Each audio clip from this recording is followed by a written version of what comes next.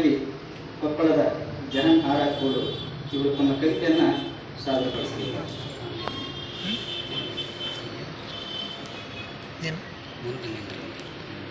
ನಮಸ್ಕಾರ. ನನ್ನ ಕವನದ ಶೀರ್ಷಿಕೆ ಸ್ವಯಂ ಸ್ವತಂತ್ರರು. ನಾವು ಸ್ವಯಂ ಸ್ವತಂತ್ರರು, ದೇಶಭಕ್ತರು. ದೇಶದ ಗಡಿರೇಖೆಗಳ ಕಲಿತು ಮರೆತು ಬರೆದುಕೊಟ್ಟರು, ಹೆಸರು ಮನೆ ಮಾಚಿ ಜಾಗತಿಕತೆಯ ಭಾಷಣ ಮಾಡುವವರು. ಸ್ವಾತಂತ್ರ್ಯಕ್ಕಾಗಿ ಹೋರಾಡಿದ ಗಾಂಧಿ ಈಗ ಕೇವಲ ತಾತನಾಗಿದ್ದಾನೆ.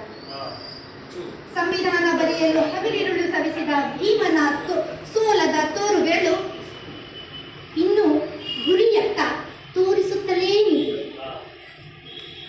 ನಾವು ನಮ್ಮದೇ ಚಕ್ರವ್ಯೂಹಕ್ಕೆ ಸಿಲುಕಿ ಅವರನ್ನೆಲ್ಲ ವ್ಯೂಹ ಗೋಡೆಗೆ ನೇತು ಹಾಕಿದ್ದೇವೆ.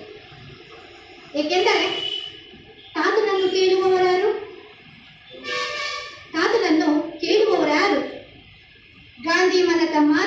ಗಾಂಧಿ ಮನದ ಮಾತಿನ ಮೌಲ್ಯ ಈಗ ಪೂರ್ಣ ಸೌಕರ್ಯ.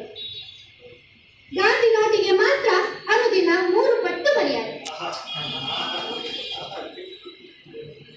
3 ಮಂಗಗಳ ಜೊತೆಗೆ 4ನೇ ಮಂಗವನ್ನು ಕೂರಿಸಿ ದೊಂಬರಾಟ ಮಾಡುವವರಿಗೆ ಯಾವತ್ತೂ ಕಾಣುವುದು ಮಂಗವೇ ಹೊರತು ಅದರ ಹಿಂದಿನ ಸತ್ಯ ಅಲ್ಲ.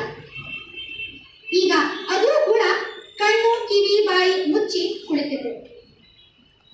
ಎಡ ಬಲ ಕಮ್ಯುನಿಸ್ಟ್ ಗಾಂಧಿವಾದಿ ಎಂತೆಲ್ಲ ಬಣಗಳನ್ನು ತೋರಿಸುತ್ತಾ ನಟಿಸುವ ಶುಭ್ರ ಶ್ವೇತ ವಸ್ತ್ರಗಳು ಕೊಳಕು ಮೈಮನಗಳ ಮುಚ್ಚಿ ಹರಾಜಿಗೆ ಒಳಗಾಗಿವೆ.